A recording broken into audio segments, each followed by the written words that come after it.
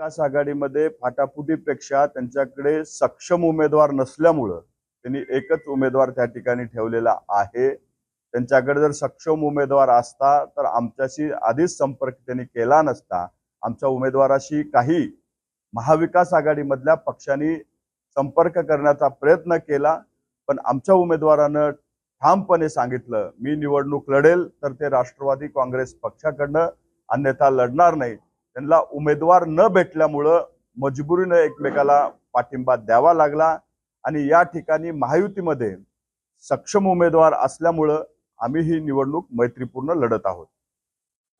नंतर याची जाणीव झाली, त्यानंतर त्यांनी राष्ट्रवादी काँग्रेस पक्षाचे जे घड्याळ चिन्हावरचे अधिकृत उमेदवार आहेत त्यांच्यासाठी त्यांच्या भागातून सर्व लोकांना आव्हान केलेले। आजच माझं सकाळी सगळ्यांशी बोलणंही झालं, त्यांच्याशी माझी भेटही आहे आणि ते आमच्या सोबत आहेत। त्यांना थोडंसं उमेदवार म्हणून पोहोचायला आमचा उशीर झाला होता, परंतु जे काही त्यांच्या मनामध्ये संभ्रम होता तो दूर झालेला आहे।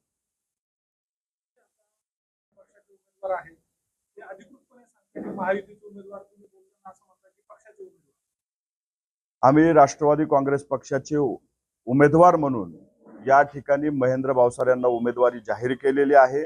ते आमच्या पक्षाचे उमेदवार म्हणून या ठिकाणी निवडणूक लढतायत। महायुतीत उमेदवार या भागातून, उत्तर महाराष्ट्र भागातून मला वाटतं शिवसेनेचे उमेदवार आहेत। भारतीय जनता पार्टीकडनं मला वाटतं त्यांना पाठिंबा देण्यात आला असं माझ्या ऐकण्यात आलेलं आहे, परंतु आमचे आणि शिंदे साहेबांचे असेल मैत्रीपूर्ण लढत या ठिकाणी आम्ही तिन्ही पक्षाकडनं करतोय। त्याच्यामुळं दोस्तीत कुठली कुस्ती न करता आम्ही ही मैत्रीपूर्ण लढत लढत आहोत। मला उशीर झाला असं म्हणता येणार नाही।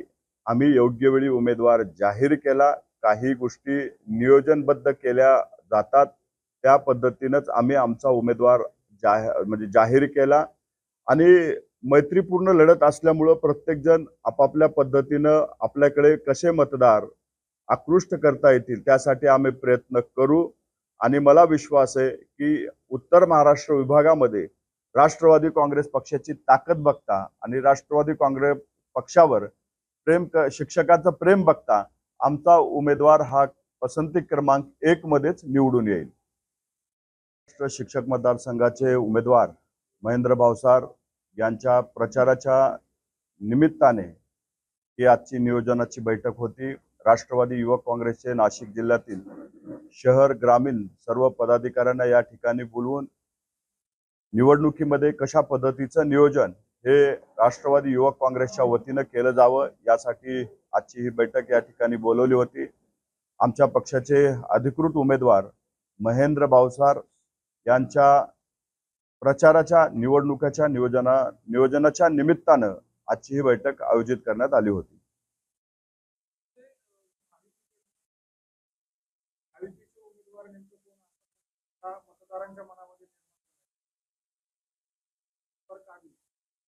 राष्ट्रवादी काँग्रेस पक्षाचे जे उमेदवार आहेत महेंद्र भावसार यांचा अनेक दिवसापासूनचा जो संपर्क पाहता आणि शिक्षकाबद्दलची त्यांची तळमळ पाहता या उत्तर महाराष्ट्र विभागातून त्यांना पक्षाकडून अधिकृत उमेदवारी देण्यात आलेली आहे आणि महायुतीमध्ये या ठिकाणी मैत्रीपूर्ण लढत आम्ही लढत आहोत।